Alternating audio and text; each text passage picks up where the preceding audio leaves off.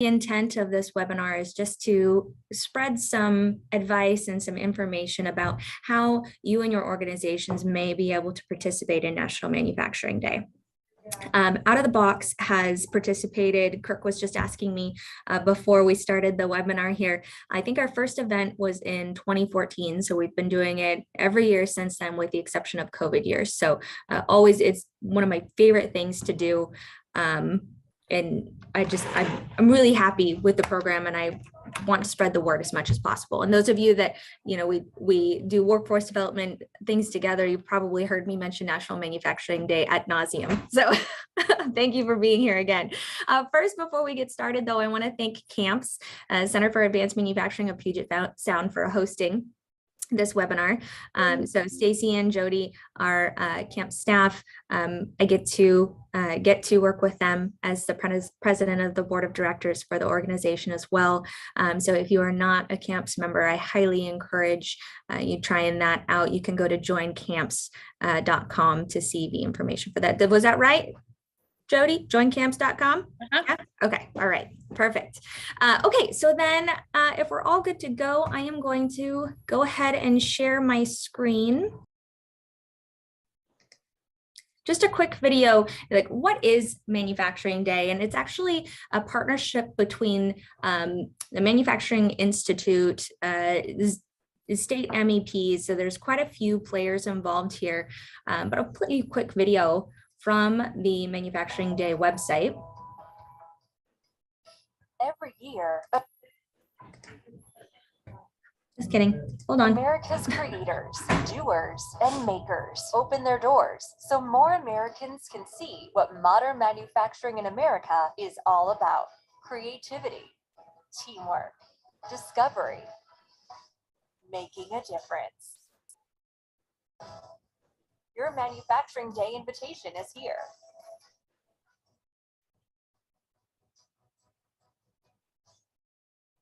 Now that is the video, obviously, from last year. They don't have a lot of their 23 media up just yet, but it is coming. So what is National Manufacturing Day? It is the first Friday of every October, and it is, as the video mentioned, an opportunity for employers to open their doors and invite the community into their facilities so that people can see what it's like to work in a manufacturing environment.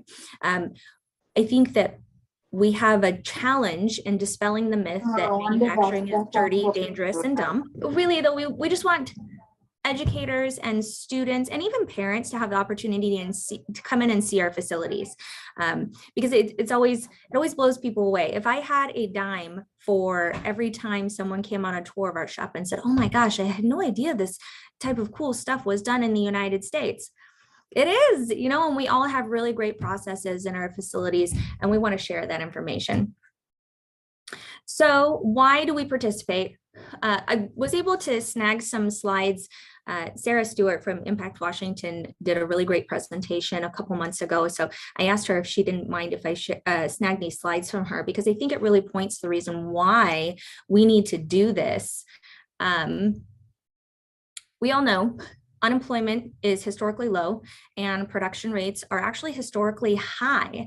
So we have this mismatch between wanting to build a lot of things in the United States, but struggling with how to do it with the lack of workforce participation, coupled with the fact that not a lot of young people want to consider manufacturing as a career choice.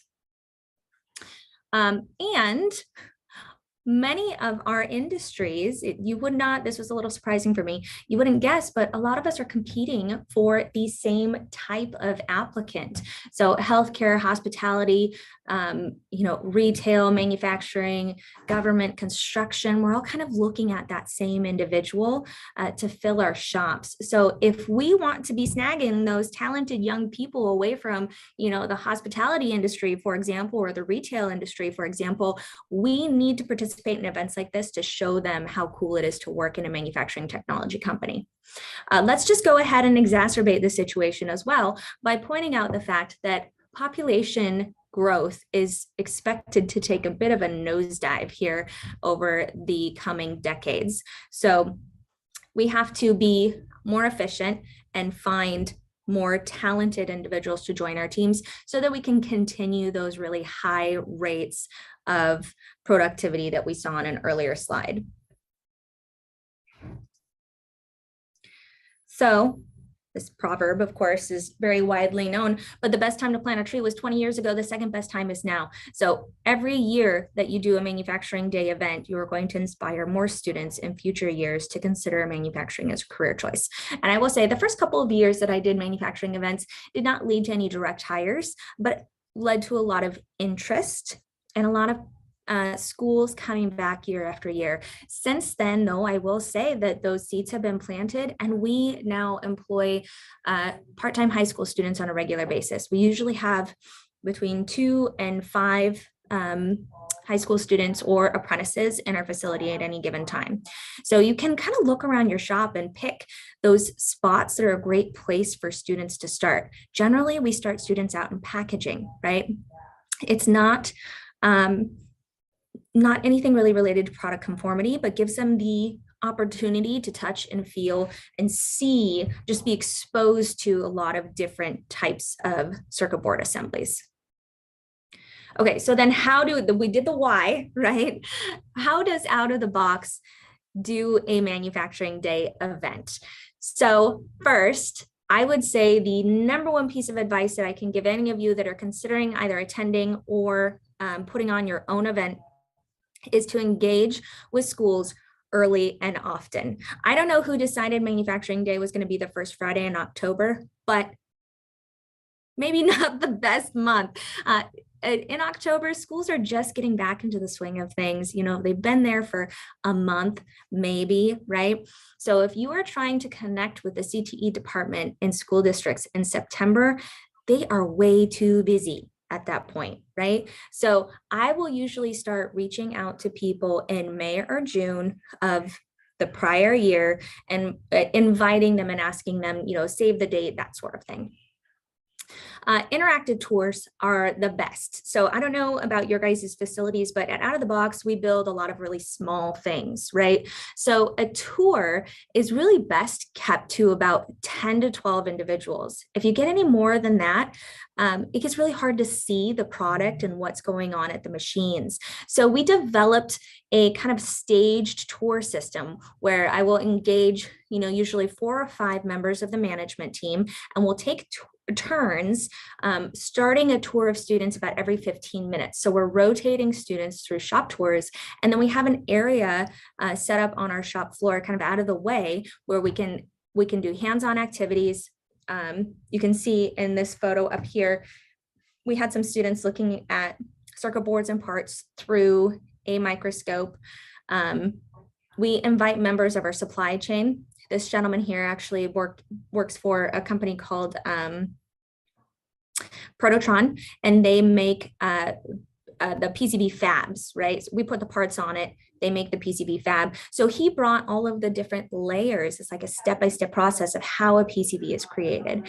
And then we will usually invite a manufacturer's rep so you can see the actual parts that go on the board. We'll invite a customer, you know, so that students can actually see what the end product looks like. So really trying to give a space that students can do fun and interesting things while they're waiting for their tour to start, or as they're coming back and they're waiting for the rest of their classmates to come back around.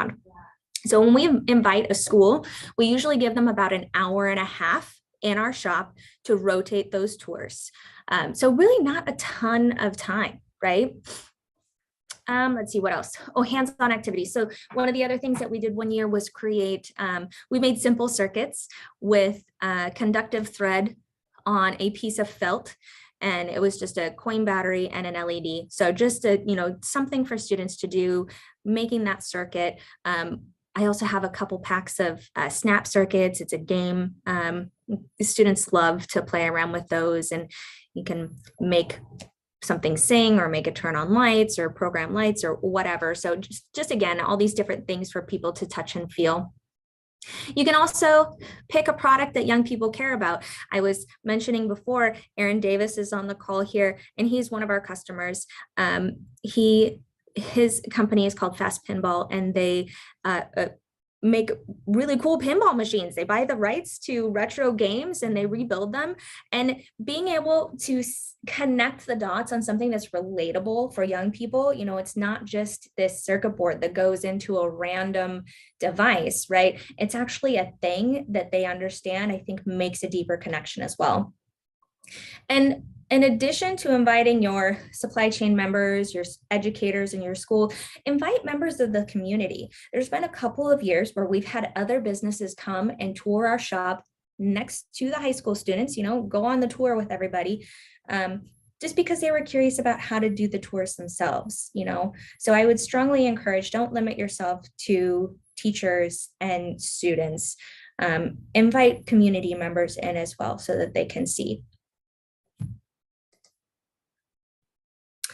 And then how do we create touch points after the tour is over? One thing that we did last year when we hosted an event was we had made little cards that had QR codes on them. So we sent them home with students. We had stickers with the QR codes on them, but it connected students to a special website that we had created. And I'll just take you here real fast.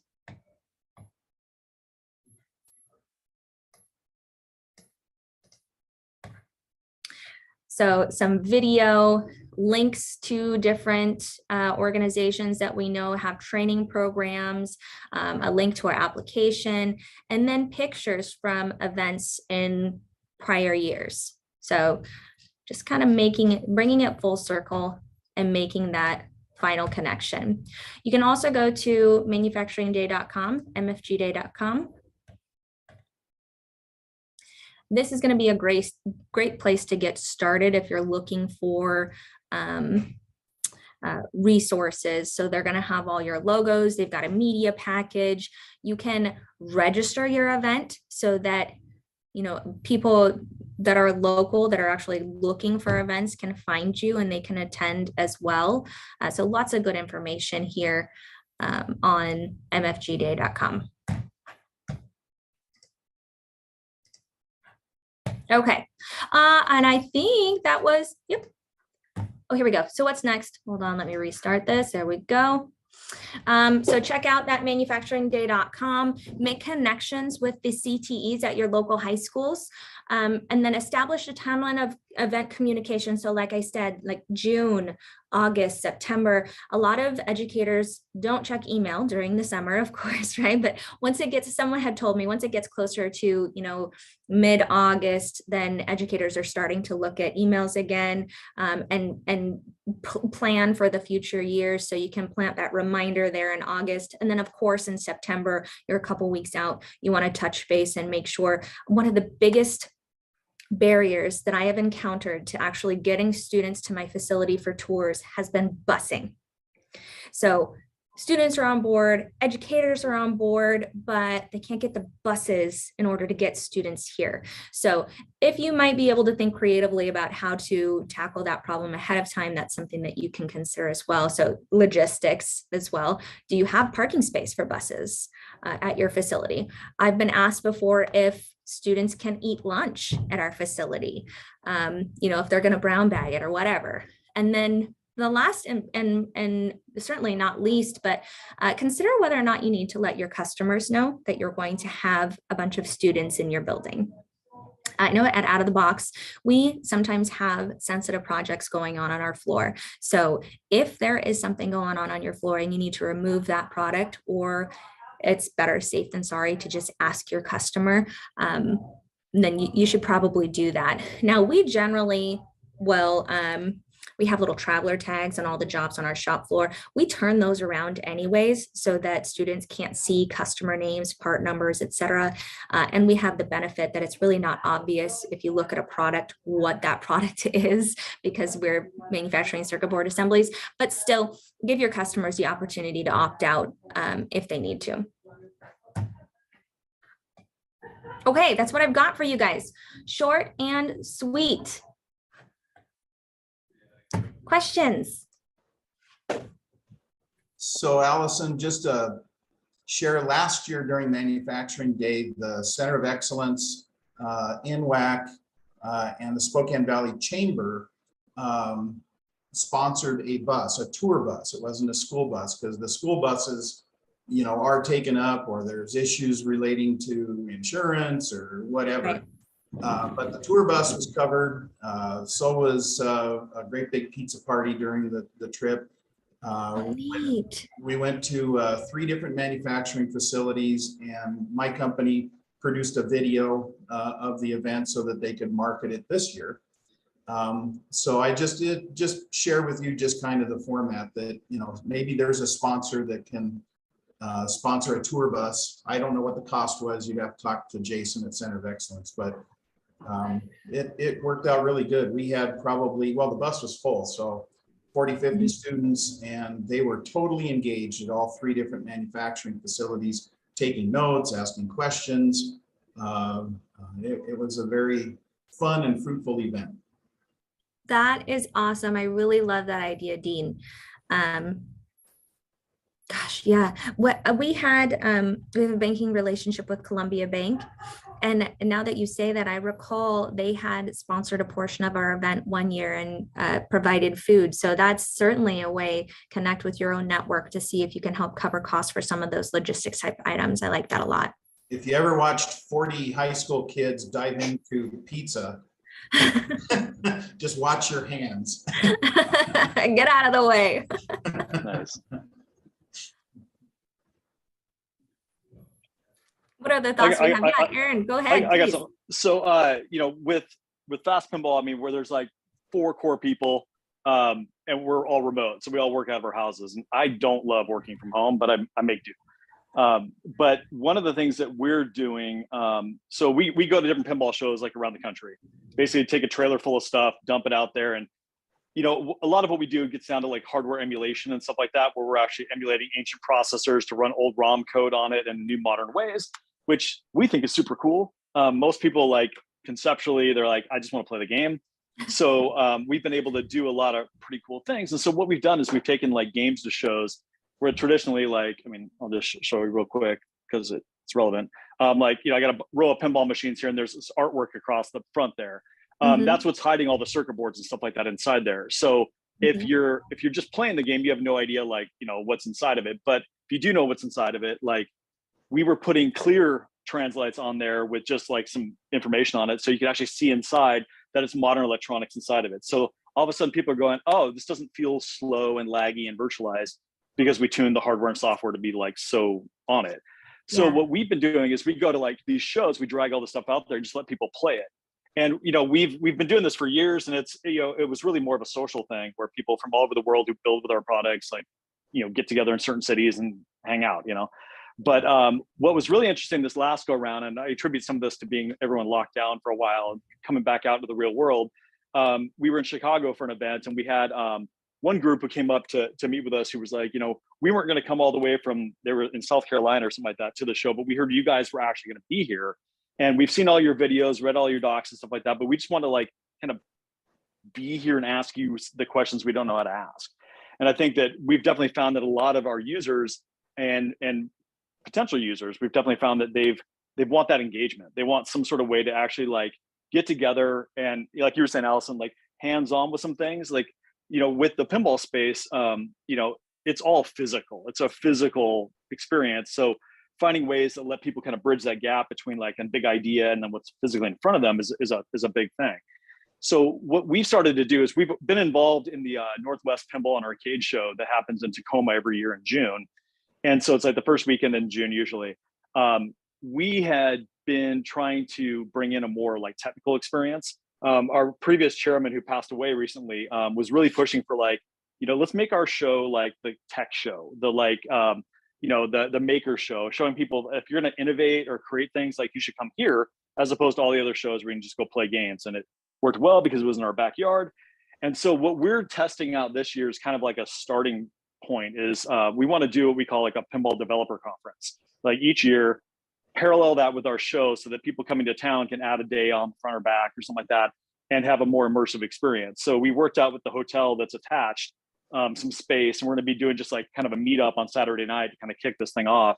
But then we have a booth space that's all wall off. We're doing like a mini theater and we're just going to use all the different people that have worked on, homebrew projects is what they call, like people who build their own machine at home.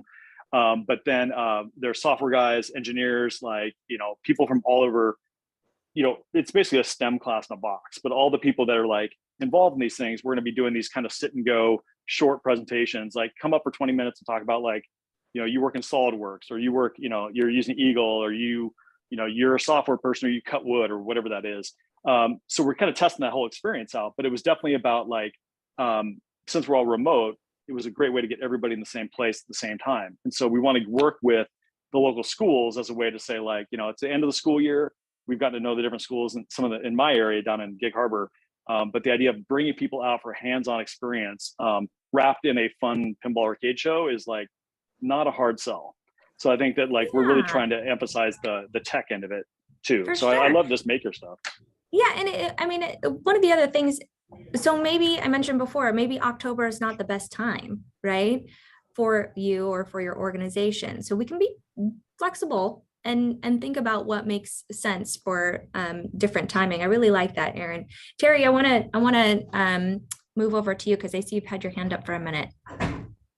Oh, that's fine. Thank you. I want to reiterate that we really appreciate it in the school districts that you open your facilities to our students. It really helps them connect learning to their future. And like Allison said, having something hands-on is fantastic for them. They really become engaged. And also, if you are providing food for them, please be aware, pizza is fantastic, but many districts, especially ours, has people that are vegan or because of their religion, cannot eat pork because of their religion. So have something other than pizza, like fruit or something that most people can eat. We always don't catch it and bring a special lunch for them, but that is something to be aware of. I know that other school districts have the same situation, but we especially do. That's a really great point. Thank you, Terry. Mhm. I see some other educational institutions here on the call, and I wonder if you have any feedback about what you would, like Terry said, reiterating how neat it is to have a hands-on experience, but what would the educational community be looking for in an event like this? I think you kind of nail it, Allison, the hands-on, the just letting them explore and see things. I think the hard thing, but you also mentioned doing it on a different day. Unfortunately, Kent, it looks like our teacher workshop day is on manufacturing day. So being open to maybe the 5th is manufacturing day in the Kent area, or finding ways. And I also like, Erin, as I was writing your name down and then you said Gig Harbor and I'm in Kent, but okay. Like I'm like, can you come to our physics classroom? So, coming into our buildings, well, it's not the kids seeing that. Busing is really hard for us. Getting field trip forms back is really hard for us. Even when they're excited about the field trip, it's hard. So when you can come to us too, in some ways, that's really beneficial. And I know, Allison, we've talked about if you're a small company, that's not always spending a day in a school, but yeah. So I mean, I've got 3 teenage boys, so Yeah. I'm up in schools all the time anyways. And Okay. one of my kids actually runs all our 3D printers and stuff like that here. So it's an experience that, like, we have birthday parties and stuff who come here, at the house and stuff like that. And so eventually gets down. And again, this is my house. I'm in a 3-car Yeah. garage. Well, that's what I here. was like. Field trip to your house, we're in. Well, when they do these birthday parties, eventually one of the kids comes up and goes, "Mr. Davis, can we go out to your shop?" And then it's a flood and they're all out there under the microscopes and building things and messing with the printers and stuff like that. So that student experience thing is something that can definitely be tuned. I mean, it's freaking pinball. I've got one that folds up in a cube and rolls on a cart, So just being able to see hardware and software control things is a really cool experience. So I'd be definitely open to something like that for sure. Yeah.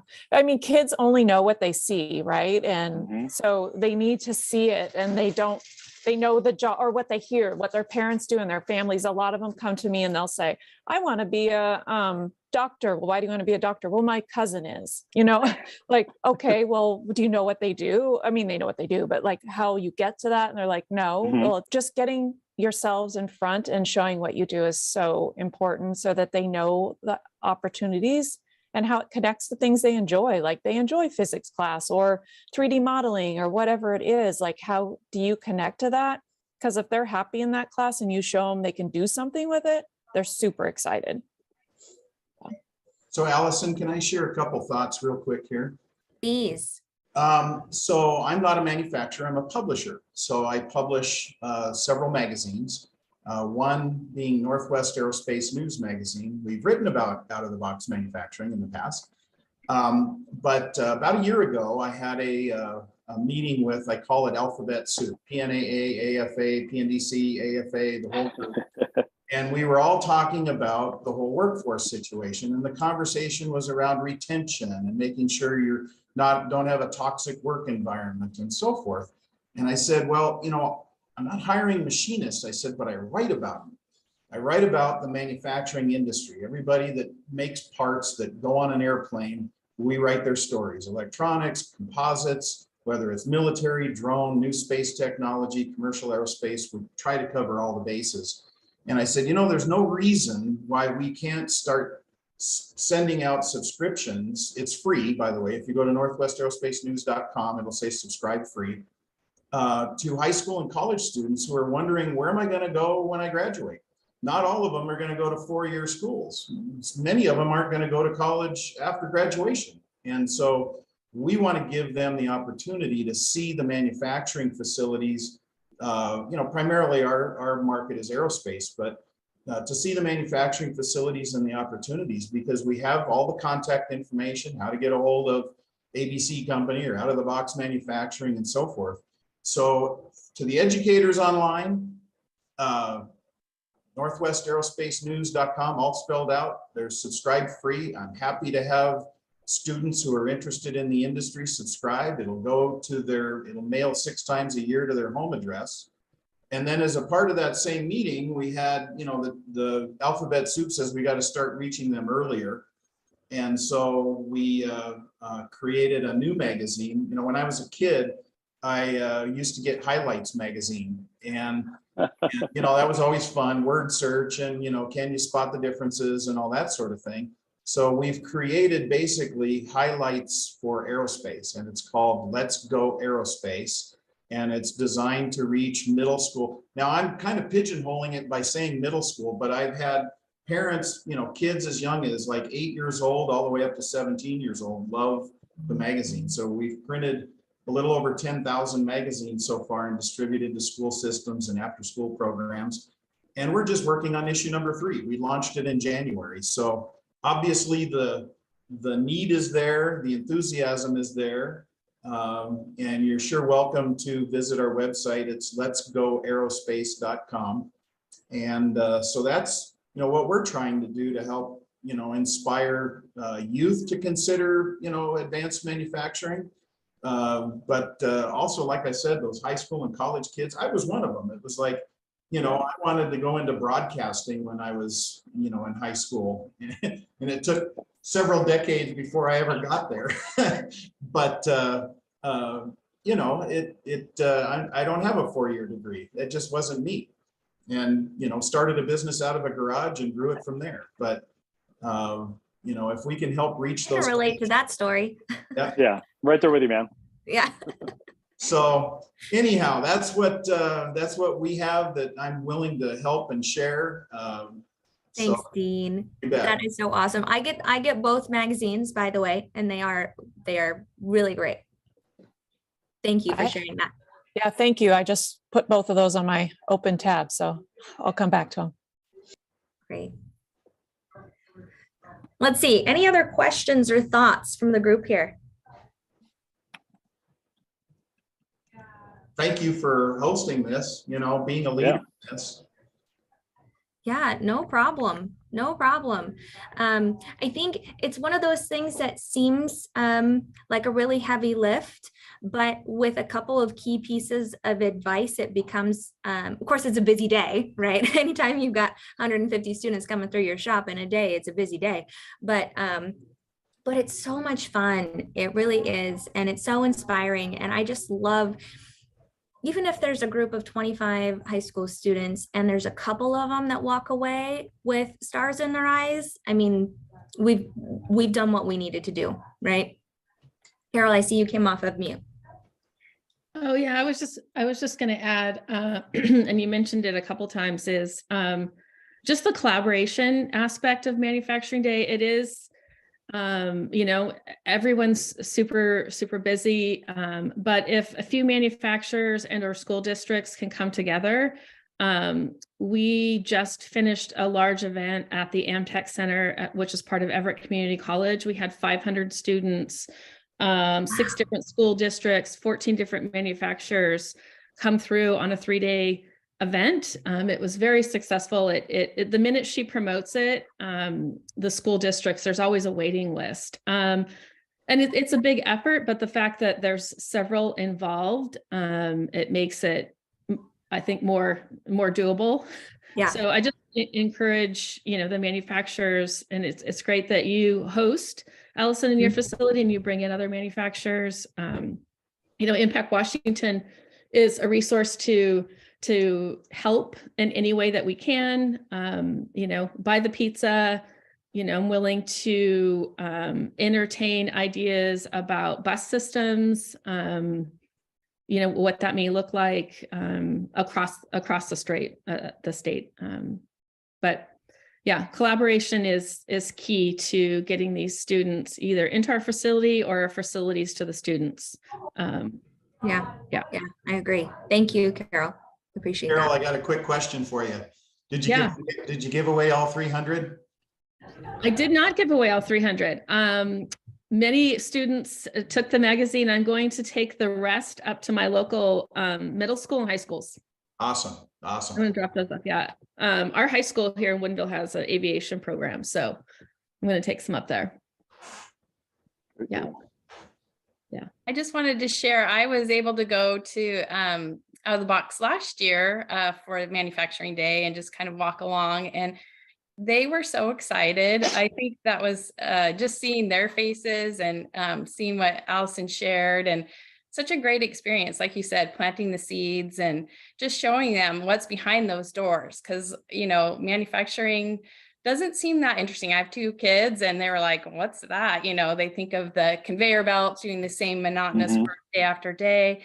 And just that sharing that piece with them. And I kept hearing all day was, oh my gosh, that's cool. You know, so, and kind of see what they're making instead of in being able to touch it. I just think it was so amazing. So thank you, Allison, for including camps on your event. And I look forward to this year too. Absolutely. Thanks, Jody. That's really cool. Yeah, I was going to say, I got to give Allison a compliment. Like, you know, one of the things about like Out of the Box, I've been to a lot of spaces that build stuff and everything. And one of the first takeaways I had there was like walking the floor, everybody's smiling, you know, and that's a really good indicator of like, how miserable is it here?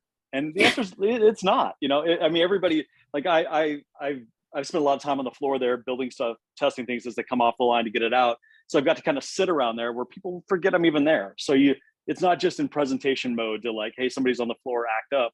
It's awesome. And I mean, I've gone up there to pick up stuff and had one of my kids with me who were just like, can I just go one time around, just go look around? And so I've tried to sneak people in. I hope I don't get anybody in trouble, but drag one of my kids through just to go look at and see the lines and stuff like that. Cause you know, my middle son is like a little maker. He 3D prints animal earrings and sells them on the Etsy store now. He's got more disposable income than I do right now, which is hilarious. But just to see that, like, if you can think of something and then see it realized and then see it getting built, you don't need to do every part of the process to see the part you want to see come to life actually exists. So it is really cool to walk on the floor and see in a concise, you know, a tight space. Like, here's what comes in the door, and here's what comes out the door.